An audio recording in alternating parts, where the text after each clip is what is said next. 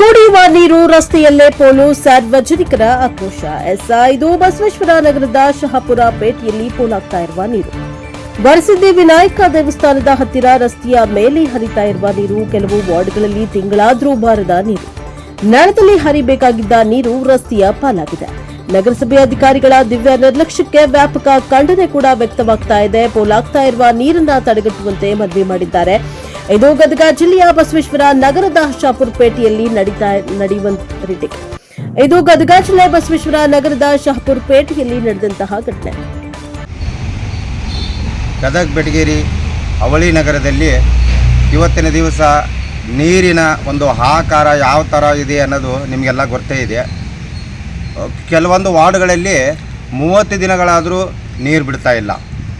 ಇವತ್ತು ನೋಡಿ, ಈ ನಮ್ಮ ಗದಗ ಬೆಟಗೇರಿ ಅವಳಿ ನಗರದ ಶಹಾಪುರ ಪೇಟೆ ಈ ಒಂದು ಓಣಿಯಲ್ಲಿ ನೀರು ನೋಡಿ ಯಾವ ಥರ ಪೋಲಾಗಿ ಹೋಗ್ತಾ ಇದೆ.